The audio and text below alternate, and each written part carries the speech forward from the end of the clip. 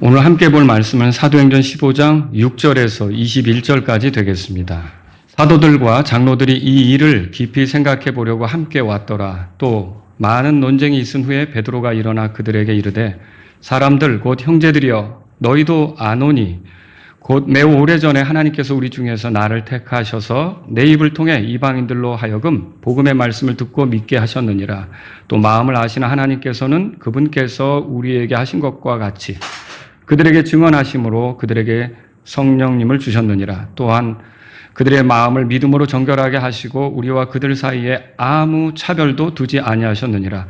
그런데 이제 너희가 어찌하여 하나님을 시험하여 우리 조상들이나 우리도 능히 매지 못하던 멍에를 제자들의 목에 두려 하느냐. 오직 우리는 그들과 똑같이 주 예수 그리스도의 은혜를 통해 구원받는다는 것을 믿노라 하더라. 그러자 모든 무리가 잠잠하고 바나바와 바울이 하나님께서 자기들을 통해 이방인들 중에 어떤 기적들과 이적들을 이루셨는지 밝히 말하는 것을 경청하더라. 두 사람이 말을 멈춘 후에 야고보가 응답하여 이르되 사람들 곧 형제들아 내게 귀를 기울이라. 시므온이 하나님께서 처음에 이방인들을 어떻게 살피셔서 자신의 이름을 위하여 그들 가운데에서 하나의 백성을 취해내셨는지 밝히 말하였느니라. 이것과 예언자들의 말씀들이 일치하니 기록된 바 이후에 내가 돌아와 쓰러진 다윗의 장막을 다시 건축하고 또 내가 그것에 허물어진 것들을 다시 건축하며 내가 그것을 세우리니 이것은 사람들 중에 남은 자들과 내 이름으로 불리는 모든 이방인들이 주를 찾게 하려 함이니라. 이 모든 일을 행하는 주가 말하노라 하셨느니라. 세상의 시작부터 하나님의 모든 일들은 그분께서 아시느니라. 그런즉 내 판결은 우리가 이방인들 중에서 하나님께 돌아온 자들을 괴롭게 하지 말자는 것이라. 다만 우리가 그들에게 글을 써서 그들이 우상들에게 오염된 더러운 것들과 행음과 목매어 죽인 것들과 피를 멀리하게 하자는 것이니라. 다 같이요. 이는 옛적부터 모세에게는 각 도시마다 그를 선포하는 자들이 있어서 안식일마다 회당들에서 그 모세의 글을 읽혀지고 있기 때문이라 하더라. 아멘. 자, 여기 7절에 많은 논쟁이라는 말, 그 다음에 19절에 판결. 그래서 오늘 제가 많은 논쟁과 판결 이런 제목으로 여러분에게 말씀드리도록 하겠습니다. 자, 여기 6절에 보시면 사도들과 장로들이 이 일을 깊이 생각해 보려고 함께 왔더라. 그렇게 돼 있어요. 그러면 이 일이 뭔지 우리가 설명을 할 수 있어야겠죠. 자, 이 일은 앞에서부터 우리가 성경을 읽어갈 때 이해할 수 있는 거예요. 이 일은 어떤 일이냐면, 그러니까 구원받은 이방인들에게 할례를 지키게 하고 율법을 지키게 해야 된다라고 말하는 사람들이 있었어요. 자, 이 사람들은 누구냐면 15장 1절에 보면 유대에서 내려온 어떤 사람들인데 이 사람들이 이제 안디옥에 왔거든요. 거기에 믿는 그리스도인들에게 그 대부분 안디옥 사람들은 이방인들로서 예수님을 믿게 된 겁니다. 그 사람들을 향해서 이 사람들에게 할례를 받게 하고 율법을 지키게 해야 되지 않느냐. 그래야 구원받는 거고. 그래서 여기 5절에 보면요. 바리새인들의 분파에 속한 어떤 믿는 자들이 일어나 이르되 그들에게 할례를 행하고 모세 율법을 지키라고 명령하는 것이 필요하다. 그렇게 말했어요. 그 다음에 1절에서는 너희가 모세의 관례대로 할례를 받지 않으면 너희가 구원을 받지 못하리라. 이렇게 또 얘기도 했어요. 자, 이렇게 말하는 사람들이 유대로부터 내려왔던 거예요. 근데 바울하고 바나바는 이걸 대할 때 이건 아니지. 그래서 결국은 이 두 그룹 사이에 충돌이 생긴 겁니다. 그게 그렇게 해야 된다. 할례를 주고 율법을 지키게 해야 된다. 그렇게 이제 어떤 교사들은 얘기했고 바울과 바나바는 그건 아니다. 이렇게 얘기한 거죠. 여러분, 이런 그 갈등이 생겼을 때 이게 오래 가면 교회가 선교 못 합니다. 복음 전하는 못 합니다. 어떻게든 정리가 필요한 거죠. 자, 이 말씀을 듣는 여러분들은 유대인입니까? 이방인입니까? 이방인입니다. 절대로 이방인이면서 유대인 행세하시면 안 됩니다. 우리는 이방인이에요. 그러면 오늘 이 말씀들이 이방인의 구원과 관계되어서 굉장히 중요한 교훈들을 줄 수 있다는 거죠. 그래서 오늘 이걸 살펴보는데 이 6절에 사도들과 장로들이 이 일을 깊이 생각해 보려고 함께 왔다 그랬죠. 이걸 논의하기 위해서 모인 거예요. 그러니까 안디옥 교회가 너무 답답하니까 그러면 먼저 믿었던 예수님으로부터 가르침을 받았던 사도들이 예루살렘에 있으니까 올라가서 거기에 가서 그들이 이거에 대해서 뭐라고 말하는지 우리가 한번 좀 들어보자. 그래서 우리가 옳게 행동하자. 이런 뜻으로 이제 유대로부터 온 교사들 일부, 바울과 바나바 이렇게 해서 예루살렘에 보내게 된 거라는 거죠. 그래서 이 문제를 놓고 사도들과 장로들이 모여서 논의하게 된 거예요. 그래서 저하고 여러분들이 이 시간에 이때 어떤 진술들이 있었는지 함께 살펴보는 것을 설교 내용으로 삼고 우리가 이방인으로서 적용할 것을 찾아보자라고 하는 겁니다. 자, 첫 번째로 베드로의 진술이 7절부터 11절까지 나오죠. 7절 보세요. 많은 논쟁이 있은 후에 베드로가 일어났다 그렇게 돼 있죠. 여러분, 베드로는 예루살렘 교회에서 권위 있는 자입니다. 초기 예루살렘 교회가 형성되는 과정에 굉장히 중요한 일을 했고요. 그리고 또 여러분도 아시다시피 그 오순절 때 모여들었던 그 많은 그 유대인들 있잖아요. 명절을 지키기 위해서 모여들었던 유대인들에게 설교해서 그들이 또 주님에 대해 알 수 있는 기회를 주었던 사람도 베드로고, 이방인들 중에 최초의 회심자가 되는, 이 회심자라는 말은 예수님이 승천하신 이후의 얘기입니다. 이때 이방인들 중에 최초의 회심자가 되는 고넬료와 그의 가족과 그의 친구들에게 복음을 전했던 사람도 역시 베드로가 되는 거예요. 이 베드로가 먼저 이야기를 하기보다는 양측의 의견을 들었던 거예요. 아마도 이 사람들이 자기들의 그 주장을 펼치기 위해서 이 요점이 되는 어떤 부분에 이르렀을 때는 목소리를 높이며 이게 맞다고 강력히 주장하는 걸 다 들었을 거라고 생각이 됩니다. 그런 논쟁이 있은 후에 베드로가 일어나서 말을 했어요. 거기 보면 그들에게 이르되, 7절에 보세요. 사람들 곧 형제들이여 너희도 안 하니 그랬어요. 뭘 안다는 말을 하려고 하는 건가? 여러분 그 밑에 보세요. 7절에 곧 매우 오래전에 하나님께서 우리 중에서 나를 택하셔서 내 입을 통해 이방인들로 하여금 복음의 말씀을 듣고 믿게 하셨느니라 그랬어요. 여기서 이방인들은 누구를 얘기하겠습니까? 고넬료와 그의 가족, 그리고 그의 친구들을 얘기하죠. 사도행전 10장에 그 내용이 기록되어 있지 않습니까? 자, 주님께서 고넬료의 가정에 베드로를 보내신 거예요. 여러분, 고넬료는 하나님을 경외했던 사람이죠. 그리고 기도했던 사람이고요. 그리고 구제도 했고요. 그 온 집안과 더불어 하나님을 섬기는 그런 사람이었어요. 그 모습만 보면 고넬료가 구원받은 것 같은데 실제로는 고넬료에게 부족한 게 있었죠.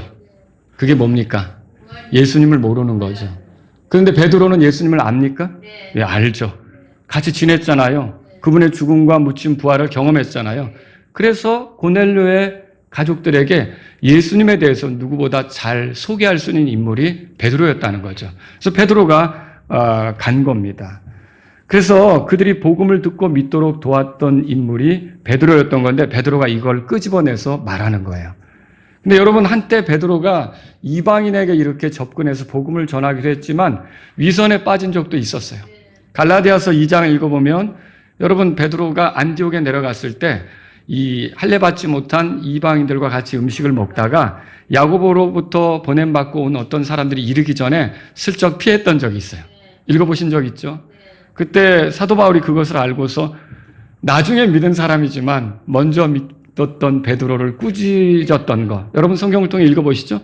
자, 그러면 베드로가 일어나서 말을 할 때 바울로서는 궁금할 수 있습니다. 바울도 거기에 있을 거 아닙니까?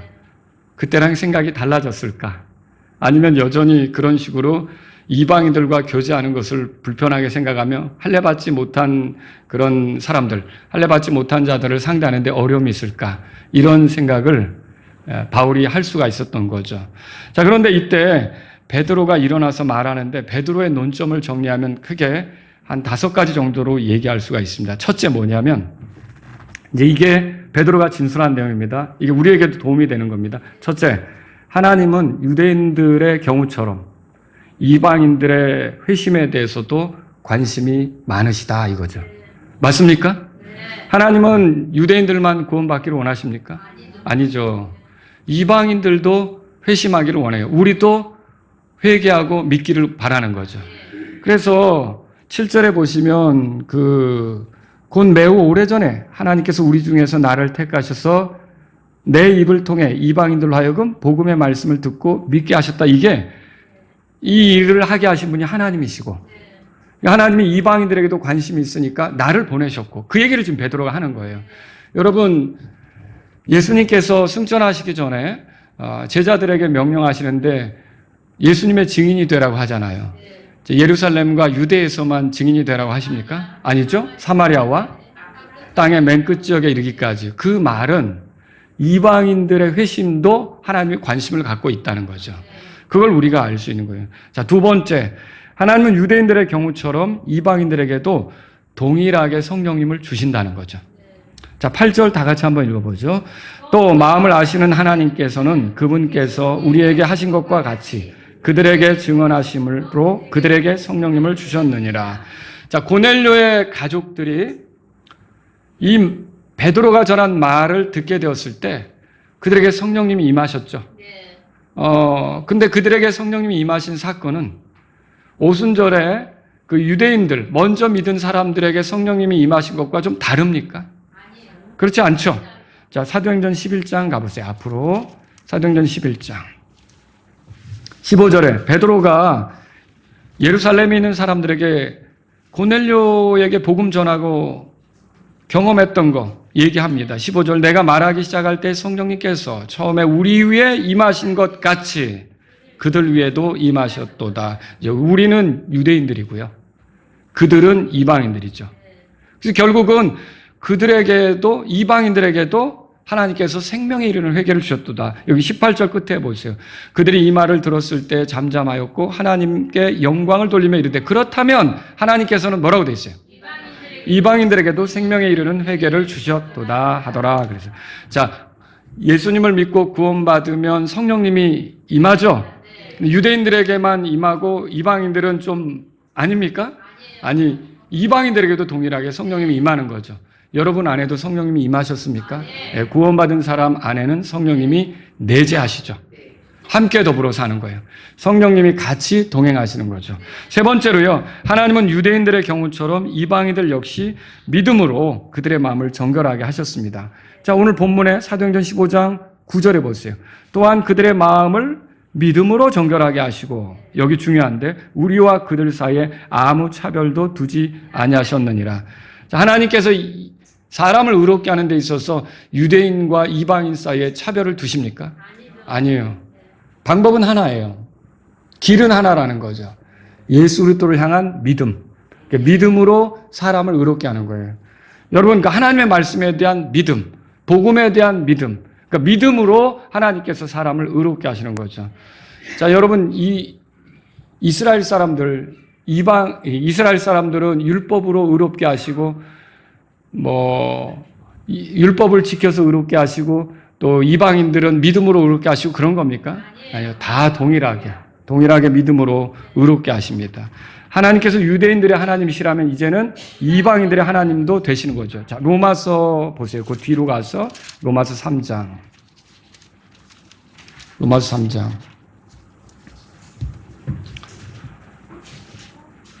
거기 28절에 보세요. 그러므로 우리가 결론을 내리노니 사람은 뭐라고 돼 있어요? 율법의 행위들과 상관없이 믿음으로 의롭게 되느니라. 여러분, 그 교회 다니면서 율법을 지켜 구원받으려고 하는 것은 구원 못 받습니다. 그러니까 율법을 지켜서 내가 하나님 앞에 죄를 안 짓고 스스로 노력해서 의롭다고 인정받으려고 한다. 그러면 그렇게 가지고는 구원을 못 받는 거예요. 여러분, 율법을 완전히 지킬 수 있는 사람이 있습니까? 예수님 외에는 없습니다. 그러니까 지금은 우리가 하나님 앞에 의롭다 인정을 받는 건 내가 율법을 지키는 그 행위로 잘해서 하나님께 인정을 받는 게 아니라 완벽하게 율법을 지키신 의로우신 예수님을 의지해서 그분의 의가 내 것이 되어서 나에게 전가되어서 내가 하나님께 인정을 받는 거죠. 그러니까 이게 성경이 분명히 말하고 있어요. 그러니까 구약 시대에는 그러면 율법을 지켜서 구원받는가? 그 사람들이 율법을 지켜 구원받는 게 가능하면 예수님이 오실 필요가 없어요. 그렇지 않습니까? 그들이 그 노력과 그 수고로 구원을 얻으면 되니까. 근데 안 되는 거죠. 온 인류는 율법을 지켜서 하나님 앞에 스스로 의롭다고 말할 수 있는 그런 사람은 단 한 사람도 없는 거예요. 모든 사람이 죄를 지어 하나님의 영광에 이르지 못한다고 성경에 말하는 거죠. 자, 그래서 여기 보시면 30절에 로마서 3장 30절에 그분은 믿음에 의해 그랬어요. 그 사람이 행위로 의롭게 되는 거예요? 믿음으로 되는 거예요? 믿음에 의해 할례자를 의롭게 하시고, 이건 유대인들도 믿음으로 의롭게 하신다는 거예요. 그리고 또 무할례자들은 누구예요? 우리죠. 우리도 믿음을 통해 의롭게 하실 한 하나님이시니라. 그러면 유대인을 의롭게 하는 방식이나 이방인을 의롭게 하는 방식이 믿음에 의해 되는 거니까 같아요? 네, 동일하죠. 동일한 거예요. 그래서 구원 방법은 달라지지 않습니다. 믿음으로, 하나님의 말씀을 믿는 믿음으로 구원받는 거죠. 그래서 여기 22절로 거슬러 올라가면 로마서 3장 20절에 다 같이 읽습니다. 곧 예수 그리스도의 믿음에 의해 모든 자에게 미치고 또 믿는 모든 자에게 임하는 하나님의 의인이 이는 거기에 뭐라고 되어 있어요? 예, 유대인에게나 이방인에게나 의를 베푸는데 믿으면 의를 주시는 거예요. 그 여기에 예수 그리스도의 믿음에 의해 그 말 있죠? 우리가 믿는 거는 예수 그리스도에게 속한 거예요. 그러니까 예수 그리스도가 누구냐? 어떤 분이시냐? 무슨 일을 하셨냐? 그게 나랑 어떤 상관이 있느냐? 이게 그렇게 해서 예수님에 대해서 알고 그분을 믿으면 그 사람은 하나님이 죄인으로 지금까지 살아왔지만 그 믿는 믿음을 보시고 그 사람에 대해서는 어떻게 인정하시는 거예요? 의롭다고 인정해 주시는 거죠. 근데 거기에 차별이 있습니까? 유대인이니까 유대인은 100% 의로운 거고 이방인은 80%야. 그래서 이방인은 20% 율법을 지켜야 돼. 할례를 받아야 돼. 이겁니까? 아니에요. 차별이 없다고 돼 있어요. 모두가 예수님을 믿어서 결국은 의롭게 되는 거예요. 여러분, 이거가 지금 베드로가 말한 요점이에요. 그래서 사도행전 15장 거기 9절이 그 얘기라는 걸 우리가 알 수 있는 거죠. 만일 여러분 할례를 지켜야 된다. 할례를 받아야 된다. 그리고 율법을 지켜야 된다 그러면 아마 베드로를 고넬료의 집에 보내시면서 하나님이 그러셨겠죠. 베드로가 가서 복음을 전해. 그런데 만일 그들이 예수님을 믿게 되면 그때는 꼭 할례를 빠뜨리지 말고 줘야 돼. 아니면 율법을 지키게 해야 된다. 근데 그런 게 있었어요? 없었어요? 그런 게 없었어요. 그들은 침례에 순종하는 것만 있었던 거죠. 그게 정말 중요한 거였다면 이방인들이 구원받고 이방인들이 하나님께 받아들여지는데 할례 받는 것이 중요했다면 그걸 반드시 지키라고 그렇게 주님께서 명령하셨겠죠. 근데 그게 있어요? 없어요? 없는 거예요. 여러분, 갈라디아서 5장으로 한번 가보실래요? 갈라디아서 5장 펴보세요. 하나님의 교회는 6월절을 지켜야 된다고 말해요. 근데 여러분, 6월절을 지키려면 할례 받지 않고는 못 지킵니다. 그죠? 할례 받아야 6월절에 참여하는 거죠, 원래. 그러니까 그 사람들은 뭐냐면 유대인도 아닌데 유대인 노릇을 하려고 하는 거예요. 그러면 여러분, 할례를 받으면 어떤 일이 벌어집니까? 갈라디아서 5장에 거기 보세요. 2절에 보라, 나 바울이 너희에게 말하노니 너희가 만일 할례를 받으면, 할례를 의지하면 그 소리죠. 그리스도께서 너희에게 뭐라고 되어 있어요? 아무 유익도 주지 못하시리라. 그 사람이 하나님께 인정받기 위해서 할례를 의지한다 그러면 그거는 그리스도를 통해 하나님이 은혜를 베푸시려고 하는데 그걸 차버린 꼴이 되는 거예요. 그거가 그들에게 아무 효력도 못 미치는 거죠. 그리고 3절은 다 같이 읽어보죠. 갈라디아서 5장 3절. 이는 내가 할례 받는 각 사람에게 다시 증언하기 때문이니 그는 뭐라고 돼 있어요? 할례를 받으면 율법 전체를 행할 의무를 갖는데 율법 전체를 행하면서 완벽하게 하나님께 의를 인정받을 수 있겠어요? 불가능한 거죠. 그럼 더 구원받기가 어려운 거예요. 4절에 보세요. 너희 중에 누구든지 율법으로 의롭게 되는 자에게는 그리스도께서 뭐라고 돼 있어요? 아무런 효력이 없으며.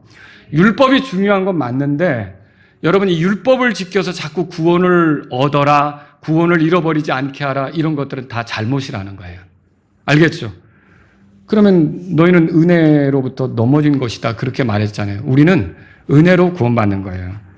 그래서 이런 예루살렘으로부터 내려온 그런 교사들, 이방인들에게 율법을 지키게 하고 할례를 받게 된다, 이게 잘 된 거예요. 아니라는 걸 지금 베드로가 진술을 하는 거죠. 네 번째로 뭘 얘기했냐면요. 하나님은 유대인도 지키지 못한 율법을 회심한 이방인들이 지키도록 가르치라고 하신 적이 없다는 거죠. 자, 그래서 오늘 10절로 돌아가 보세요. 사도행전 15장 10절에 베드로가 아주 강력하게 이 반대편의 선자들에게 말을 하죠. 10절 다 같이 읽습니다. 그런데 이제 너희가 어찌하여 하나님을 시험하여 우리 조상들이나 우리도 능히 매지 못하던 멍에를 제자들의 목에 두려 하느냐. 이거 하면 된다는 소리입니까? 이렇게 하면 안 된다. 야, 우리 조상들도 율법을 제대로 지키지 못했는데 우리 조상들도 지키지 못한 걸 왜 이제 구원받은 이방인 제자들, 이방인 예수님을 믿는 사람들에게 그들의 목에 이 율법의 짐을 지우려고 하느냐. 이거는 하면 안 되는 일이다. 베드로가 그렇게 얘기했다는 거죠. 그래서 여기서 능히 매지 못하던 멍에를 제자들의 목에 두려 하느냐. 이 말은 뭐예요? 무겁고 힘들고 피곤하게 할 일을 왜 그들에게 지우느냐. 그렇게 하면 안 된다는 걸 말하고 있는 거죠. 그리고 다섯 번째로요. 하나님은 유대인이나 이방인이나 동일하게 중요합니다. 은혜로 구원하신다는 겁니다. 여러분, 하나님이 우리를 구원하실 때 은혜로 구원하는 걸 믿으십니까? 이게 은혜가 뭐예요? 받을 만한 자격이 없는 자에게 베풀어 주는 호의죠. 그러니까 하나님이 우리에게 은혜를 베풀 때 우리의 이쁜 점, 잘난 점, 조금 착한 일 한 거, 봉사한 거 이거 보고 우리에게 은혜를 베푸시는 겁니까? 아니요. 우리는 자격이 안 되지만 하나님이 우리를 사랑하신 그 사랑의 기초에서 우리에게 은혜를 베푸시는 거죠. 그 하나님의 은혜의 표현이 뭡니까? 예수님이시죠. 여러분, 그래서 이게 행위로 구원되는 게 아니라 은혜로 구원된다는 걸 알아야 돼요. 그러니까 교회를 다니면서도 자기 행위를 개선해서 자기 행위를 고쳐서 하늘나라 가겠다고 노력하면 죽을 때까지 구원을 못 받는 거고, 내 행위로 하나님을 기쁘게 할 수 없구나. 은혜로 가능하구나. 그럼 은혜는 제가 예수님이 하나님의 은혜의 표현이라고 그랬죠? 그럼 예수님은 어떤 분이신데요? 나는 지킬 수 없었던 율법을 예수님은 완벽하게 지키셨어요. 예수님에게 죄가 있어요, 없어요? 예수님에게 죄가 없죠. 그 죄 없는 예수님이 저의 죄를 대신해서 십자가에서 하나님께 저주를 받으셨고, 내가 그분을 믿을 때 내 죄는 예수님이 가져가셔서 다 심판을 받으시고, 또 자신이 율법을 잘 지키신 완전한 의인은 또 나에게 전가해 주셔서 하나님이 나를 볼 때 예수님을 보시는 눈으로 나를 보게 해주시는 거죠. 여러분, 놀라운 일 아닙니까? 그래서 우리가 이 은혜로 구원받는 거예요. 그래서 여기 11절에 주 예수 그리스도의 은혜를 통해 구원받는다 그렇게 말한 거예요. 누구의 은혜를 통해? 이게 예수 그리스도를 통해 주어지는 그 은혜, 예수 그리스도를 통해 주어지는 은혜. 그래서 그 그리스도의 은혜를 통해 구원받는다고 말한 거죠. 그러니까 저와 여러분들은 예수님이 아니시라면 구원받을 길이 없는 거죠. 그러니까 여러분과 저는 구원받는 게 율법을 지켜서예요? 예수님을 통해서요? 예수님을 통해서요. 그러니까 베드로가 하려는 말이 뭐냐면, 자, 우리 유대인도 그랬고 이방인도 그랬고 예수님을 통해서 예수님의 은혜로 그 구원받는 건데 거기다가 율법의 짐을 지운다? 이거는 생각해서는 안 된다. 그 말을 한 거죠. 여러분, 갈라디아서 2장 16절에 사람이 율법의 행위들로 의롭게 되는 것이 아니요 다만 예수 그리스도의 믿음으로 되는 것이다. 그렇게 말했어요. 그래서 이 베드로가 이런 진술을 했을 때 저쪽에 바울이 앉았겠죠? 바나바도 있었겠죠? 그 사람들은 어떻게 했을까요? 이렇게 탁 진술했을 때 아멘. 그렇게 하지 않았겠어요? 이런 일이 있었던 거죠. 그러니까 베드로가 권위 있는 자가 일어나서 한 소리 하니까 모두가 잠잠해졌던 거예요. 그래서 12절에 보세요. 그러자 모든 무리가 잠잠했다라고 돼 있고요. 이때 이제 바울과 바나바가 나서게 돼요. 두 번째로 바울과 바나바가 무슨 얘기를 했는지 이제 보려고 하는 겁니다.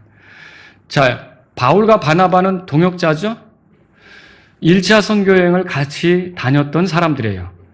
근데 시작은 바나바가 먼저였는데 이름을 열거하는 걸 보면 바나바, 바울 이렇게 나오는데 어느 순간 나중에 가면 바울과 바나바가 이렇게 나오는 거예요. 그러면 우리가 사도행전 앞에서 볼 때 그렇게 이름이 바뀌는 거는, 이름 순서가 바뀌는 거는 이 주도적으로 사역하는 사람이 처음에는 바나바가 이끄는 위치에 있었지만 나중에는 이제 바울이 이끄는 위치가 됐다는 걸 생각해 볼 수가 있죠. 그렇지만 여기 12절에는요, 바나바와 바울이 이런 식으로 다시 돌아가요. 자, 이건 왜 그럴까요? 자, 예루살렘에 올라갔을 때는 이게 누가가 알고서 그렇게 기록한 것 같아요. 예루살렘에 있는 사도들과 장로들은 여전히 바나바가 먼저인 걸 알고 있고, 바나바가 선배인 걸 알고 있고, 바나바의 영향력에 대해서, 여러분 바나바가 위로의 아들이라는 뜻이잖아요. 이 이름도 예루살렘 교회 성도들이 붙여준 거 아닙니까? 그만큼 존중하고 있기 때문에 이렇게 된다고 볼 수 있는 거죠. 자, 이때 이 두 사람이 한 얘기는 뭡니까? 다른 게 아니라 하나님께서, 여기 보세요, 자기들을 통해 이방인들 중에 어떤 기적들과 이적들을 이루셨는지 밝히 말하였다, 그거예요. 그러면 바울과 바나바가 여행을 다니면서 만난 사람들 중에 이방인들이 많았죠. 그 이방인들 중에 회심한 사람들이 있었잖아요. 자, 서기오 바울이라는 총독도 관심을 가졌었고, 또 안디옥, 또 루스드라, 이런 데 다니면서 이렇게 복음을 전할 때 많은 이방인들이 예수님을 믿게 되었잖아요. 자, 그런데 그때 그들에게 율법을 지키라고 강요한 일이 있습니까? 할례를 받으라고 강요한 일이 있습니까? 없었지만 그들이 회심했나요? 그들이 구원받았나요? 그들이 예수님의 제자가 됐나요? 그러니까 이 바울과 바나바는 지금 앞에서 베드로가 말한 거를 실제적으로 말하자면 증명해 주는 사람 같아요. 아니, 실제로 고넬료와 그의 가족이 회심할 때뿐만 아니라 내가 그리고 바나바 선생님이 우리가 같이 이렇게 돌아다니면서 예수님을 전할 때 할례에 대한 얘기 안 했고 율법을 지키라고 안 했지만 하나님께서 마음을 열어서 예수님 믿게 한 이방인들이 많았다. 그러니까 이 말은, 그러니까 할례 지키라고 할 필요가 있다는 거예요, 없다는 거예요? 없다는 거죠. 율법을 지키라고 할 필요가 있다는 거예요, 없다는 거예요? 없다는 거죠. 자, 이렇게 바울과 바나바가 실질적인 진술을 한 거예요. 여러분, 우리가 어느 때는 그래요. 진리에 대해 가장 좋은 거는 삶에서 입증이 되는 거죠. 삶에서 입증이 되는 거죠. 그런 걸 보여줄 때 입을 막을 수밖에 없게 되는 거죠. 자, 이때 이제 세 번째로 야고보가 내린 판결이 나옵니다. 야고보가 뭐라고 진술하는가? 근데 여기서 잠깐 야고보를 생각해 봐야겠죠? 이 야고보가 누구냐? 자, 13절 보세요. 두 사람이 말을 멈춘 후에 야고보가 응답하여 그랬어요. 이 야고보는 도대체 누구냐? 자, 예수님의 제자 가운데 요한의 형제 야고보가 있었죠? 그 야고보입니까? 아니에요. 여러분들은 그 야고보가 아니라는 걸 알죠? 어째서 그렇죠? 그 야고보는 사도행전 13장에 가보면 헤롯이 칼로 목 베어 죽게 한 자가 바로 그 야고보이기 때문에. 그럼 이 야고보는 누굴까? 이렇게 생각해 볼 수 있는데, 이 야고보는 여러분 예수님의 동생들을 열거하는 데 있어서 첫 번째로 등장하는 게 야고보예요. 마가복음 6장 3절에 나오죠. 마가복음에서. 그리고 고린도전서 15장 7절에 의하면 예수님의 부활을 경험한 사람들이 열거되는데 그 중에 야고보도 그걸 경험했다고 따로 얘기해요. 예수님의 제자들 외에 야고보를 또 따로 얘기한다고요. 그리고 그 야고보가 사도행전 1장 14절에 가면 이제 성령님이 강력하게 임하는 걸 기대하며 기도하던 자리 있잖아요. 거기 주의 형제들도 있었다고 써 있어요. 그 주의 형제들 가운데 하나가 이 야고보였을 거라고 생각하는 거죠. 갈라디아서 2장 9절에 보면 초기 교회에서 기둥같이 여겨지는 사람들 셋이 나오는데 야고보와 게바와 요한 이렇게 언급되는 걸 발견할 수 있어요. 자, 그래서 우리가 이게 주의 형제 야고보라고 생각해 볼 수 있는데 이 사람이 당시 예루살렘 교회에서 굉장히 중요한 위치에 있었다 생각해 볼 수 있는 거죠. 사도행전 12장으로 가보세요. 여기 베드로가 감옥에 갇혀서 죽을 뻔한 일 여러분 읽어보셨죠? 근데 교회가 기도했죠. 베드로가 풀려났죠? 풀려나서 그 마가의 집, 요한의 집 거기 이제 갔잖아요. 성도들이 모여서 기도하고 있는데 그래서 문을 두드렸고 로따라고 하는 여자아이가 문을 열어줬고 거기 들어가서 형제들을 만났죠. 그 장면이 17절에 요거 한번 읽어보겠습니다. 17절 다 같이 읽습니다. 그러나 베드로가 그들에게 손짓하여 그들을 잠잠하게 하고 주께서 어떻게 자기를 감옥에서 나오게 하셨는지를 그들에게 밝히 말하더라. 또 그가 이르되 가서 이 일을 뭐라고 돼 있어요? 여기서 여러분이 주목했으면 하는 게 야고보와 형제들에게 알리라는 말인데 야고보가 그러면 이 형제들의 대표격이라는 거죠. 뭐 예를 들어 우리 교회 그 식목사님이 편지할 때나 뭐 인도의 선교사님, 그리고 또 뭐 저 미얀마에서 선교사님들이 편지할 때 보면 가끔 그런 게 있어요. 임 목사님과 마라나타 침략의 성도들에게. 그럼 거기서 어쨌든 제가 담임 목회직을 하고 있기 때문에 앞에서 감독직을 하고 있기 때문에 그렇게 얘기한 거 아닙니까?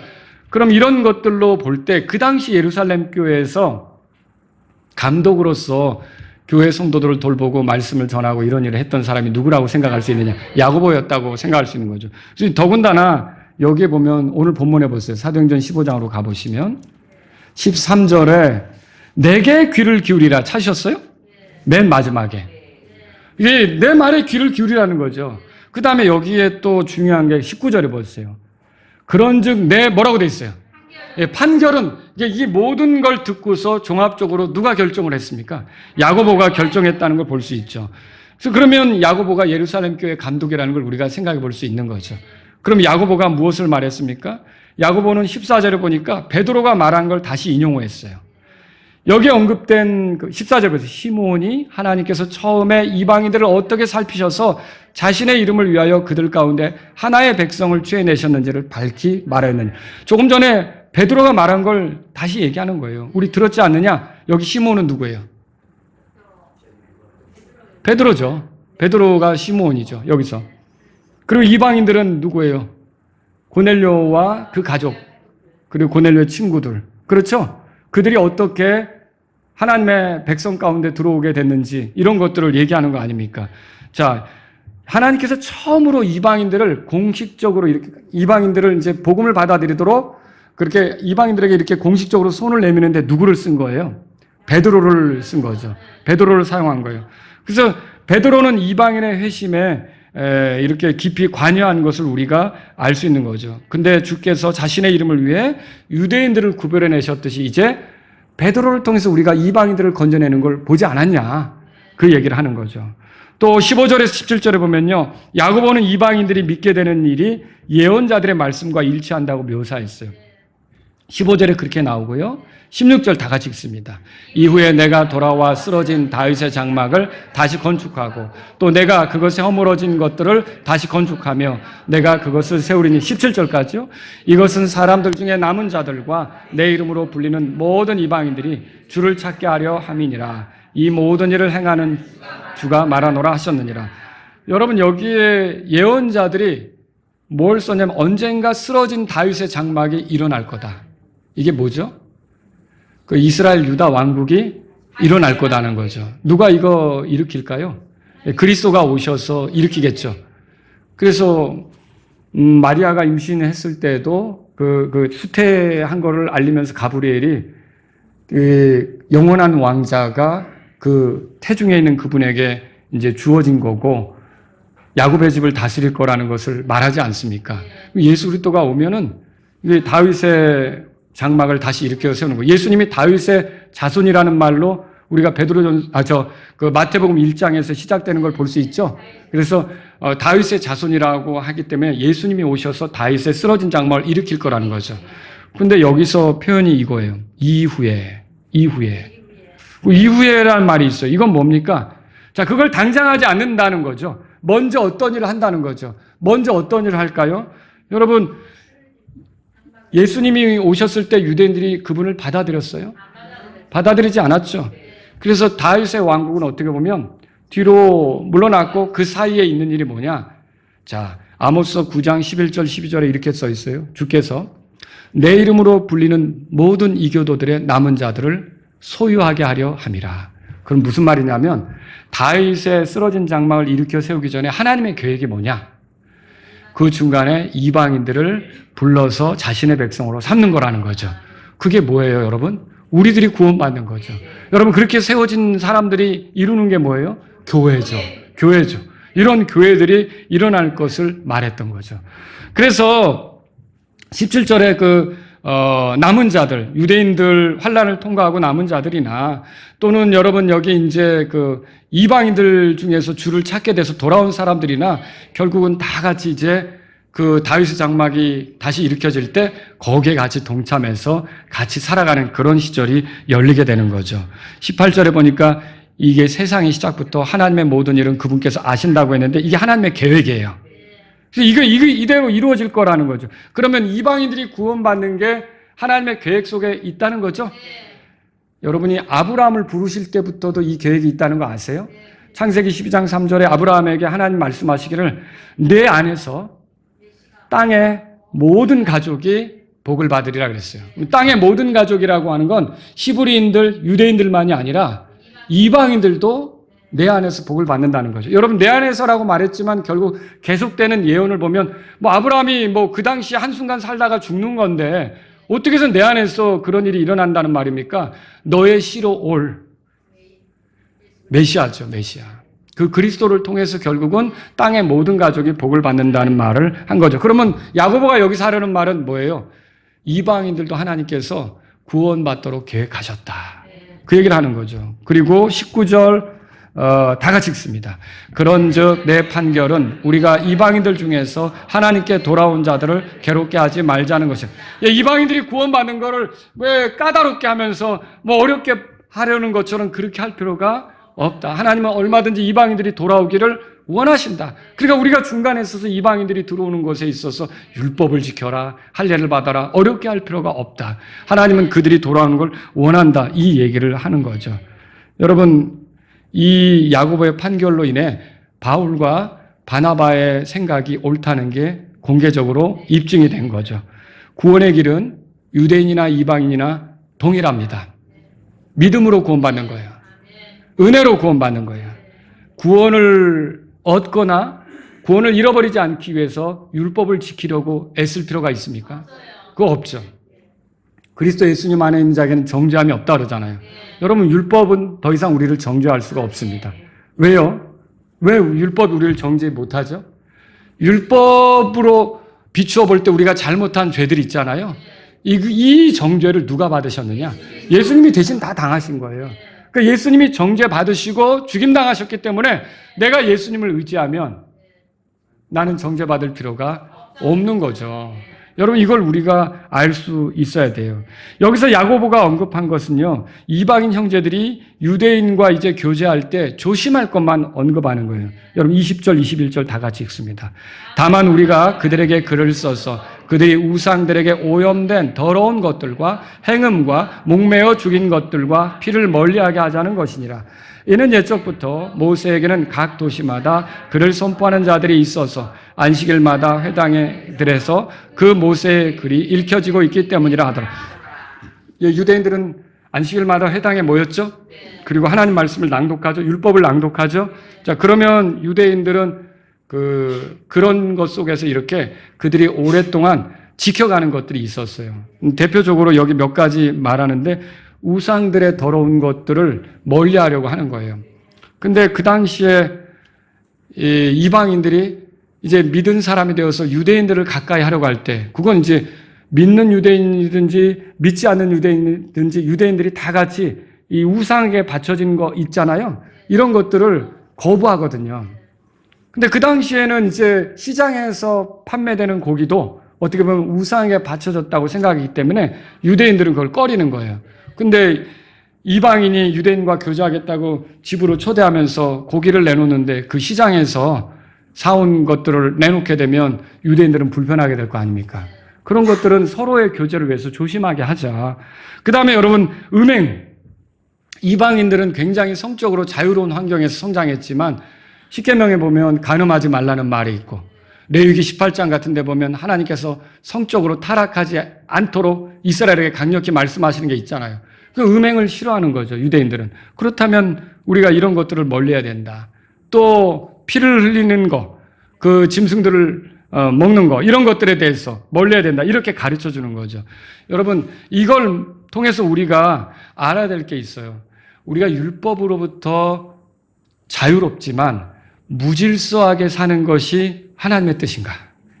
아니에요. 여러분과 제가 알아야 될 건 어떤 사람은 그래요. 이게 지금 십계명만 얘기해도 알레르기를 일으키는 사람들이 있어요. 부모를 공경하라. 살인하지 말라. 간음하지 말라. 우리 십계명은 하나님이 뭘 원하고 하나님 뭘 싫어하는지를 보여줍니다.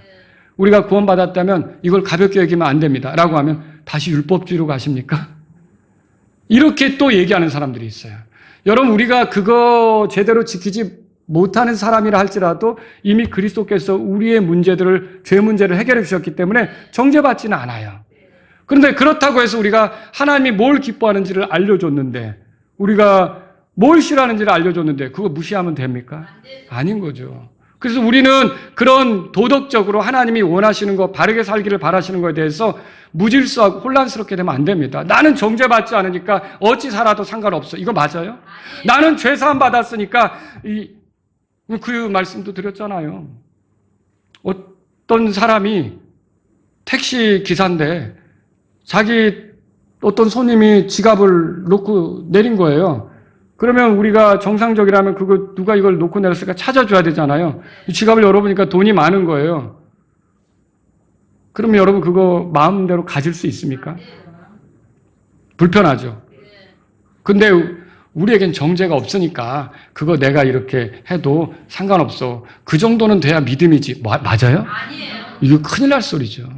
하나님은 그런 걸 기뻐하시지 않는 거예요. 하나님은요, 우리가 율법의 정죄에서 벗어났다고 해도 하나님이 어떤 분이신지를 알고 그분이 기뻐하시는 것이 무엇인지 싫어하는 것이 무엇인지를 우리가 말씀을 통해 배우며 가기를 원하는 거예요. 설령 그렇게 가다가 우리가 넘어져서 부족한 게 드러났어도 정죄는 없어요. 그렇지만 우리는 하나님이 우리를 사랑한 걸 아니까 우리도 하나님을 사랑해야 되잖아요. 그럼 하나님을 사랑한다는 표현은 뭘로 나타납니까? 순종하는 걸로 나타나죠. 우리가 주님을 사랑한다면 그분께 기쁘게 순종하는 걸로 나타나는 거죠.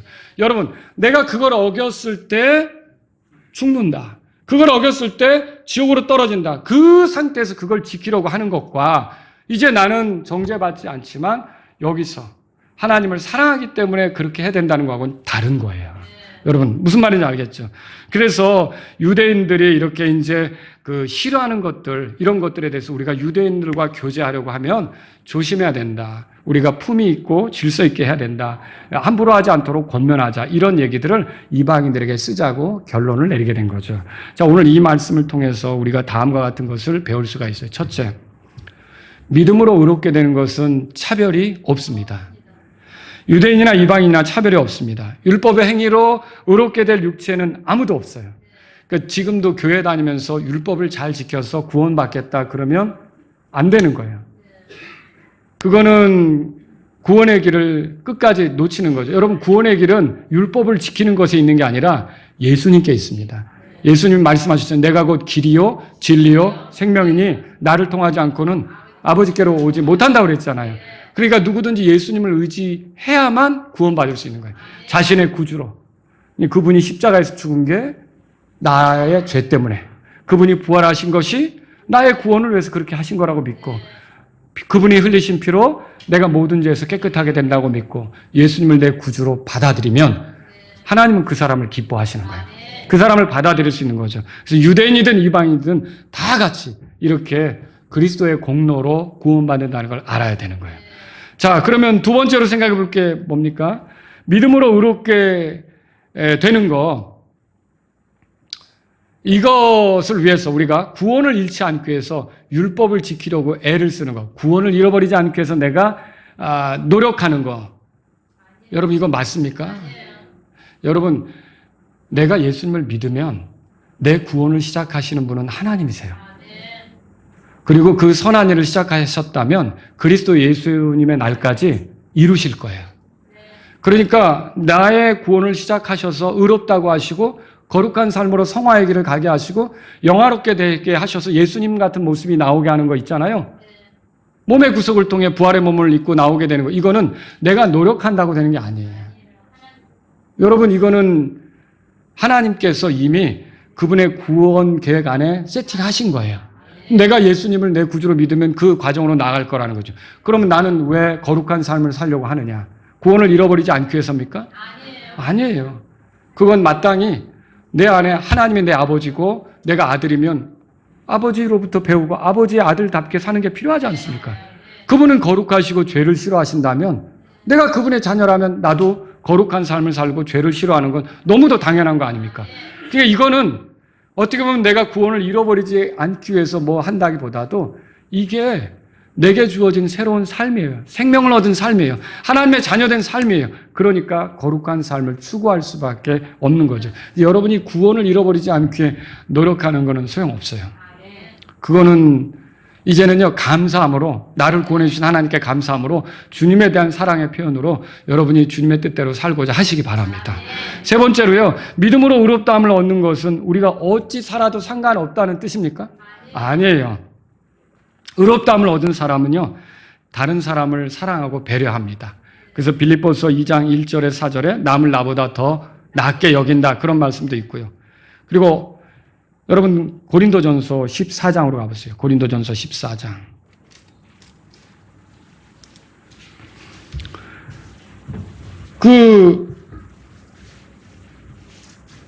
제가 이렇게 교제하면서 제일 어렵게 생각되는 분들이 있어요. 나는 죄사함 받았어요. 나는 율법과 상관없어요. 그래서 내가 어떻게 살든지 나는 하나님이 나를 받으실 거예요. 나는 성령님을 따르면 돼요. 성령님을 따르면 돼요. 좋은 말인 것 같아요. 그런데 율법에 대해서 나에게 말하지 마세요. 이렇게 하는 거죠. 나는 율법과 상관없어요. 여러분 이거 맞습니까? 그런데 가만히 들어보면 성령님을 따른다는 말이 자기 기분대로 사는 거예요. 기준이 없으니까. 여러분 성령님은요, 우리에게 예수님이 가르치신 게 뭔지 떠오르게 하십니다. 우리 성령님은요, 이 성경을 우리에게 주신 분 아닙니까? 여러분이 대하는 성경 기록은 이게 하나님의 영께서 우리에게 읽을 수 있도록 주신 거 아닙니까? 이 말씀을 더 잘 이해하고 이 말씀대로 살도록 돕는 분이 성령님이에요. 우리가 잘 못하면 어때요? 격려하죠. 그 성령님의 다른 이름이 뭐예요? 위로자죠. 해보라고. 다시 하나님 말씀대로 해보라고. 그래서 성령님 안에서 걷는다는 게 뭐냐면 결국은 내 멋대로 한다는 게 아니라 하나님의 말씀대로 한다는 거예요. 하나님 말씀대로 하는 거예요. 여러분이 에베소서 5장에 오직 성령으로 충만하라, 그렇게 말하고 시와 찬송가와 영적인 노래로 서로 화답하고, 읽어보셨죠? 이게 골로새 3장 16절에 가면 뭐라고 나오고 있어요? 그리스도의 말씀이 모든 지혜로 너희 안에 풍성히 거하도록 하고, 그 다음에 시와 찬송가와 이런 걸로 나온다고요. 그러면 성령으로 충만한 건 다른 게 아니라 그리스도의 말씀이 우리 속에 지혜로 충만하게 거하는 거죠. 여러분이 이런 걸 안다면 성령으로 산다는 게 내 멋대로 사는 걸 얘기하는 게 아니라는 걸 알아야 돼요. 그럼 내가 어떻게 하면 내가 품위 있고 질서 있게 살 수가 있어요? 하나님 말씀에 관심을 가져야죠. 고린도전서 14장 거기 40절에 보세요. 다 같이 함께 읽겠습니다. 모든 것이 품위 있고 질서 있게 행할지니라. 멋대로 하라는 소리예요?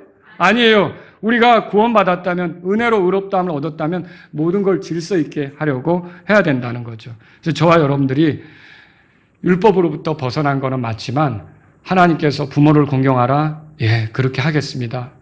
간음하지 말라. 예, 그렇게 하겠습니다. 나 외에 다른 신을 내게 있게 하지 말라. 당연하죠, 하나님.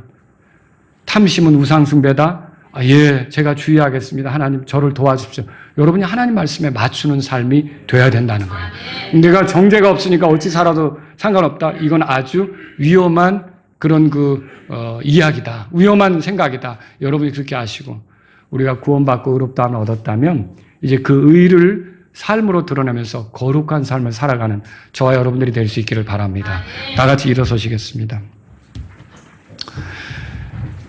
예, 우리는 이방인입니다. 이방인으로서 구원받았어요. 우리가 율법을 할례를 받고 우리가 율법을 지키지 못한다고 해서 정죄받고 그런 건 아니에요. 그렇지만 우리 나머지 삶이 하나님께서 우리를 구원해 주신 걸 생각하면서 거룩하기를 원합니다. 거룩한 삶을 살기 원합니다. 이런 분이 있다면 이 시간 주님 앞에 나아가십시오. 여러분 가운데 혹시 구원받지 못한 분이 있다면 내가 내 행위로 구원받는 노력을 버리고 율법을 지켜서 잘해보려고 하는 노력을 버리고 오직 예수 그리스도를 통해 주어지는 은혜, 그 은혜를 힘입어 하나님께 나아가기를 원합니다. 예수님을 나의 주님, 구주로 모시기를 원합니다. 이런 분이 있다면 이 시간 기도하십시오. 하나님, 저는 예수님의 공로로만 구원받는 걸 믿고 내가 예수님을 내 구주로, 주님으로 모시기를 원합니다. 이런 분이 있다면 기도하십시오. 여러분이 믿음으로 의롭다함을 얻었다면 나머지 삶은 감사함으로 하나님을 사랑하는 뜻으로 주님의 말씀대로, 주님의 명령대로 더 살아가려고 하시길 바랍니다. 그런 마음이 있다면 이 시간 주님께 기도하십시오. 오늘 말씀을 생각하면서 여러분이 기도하는 시간을 갖겠습니다.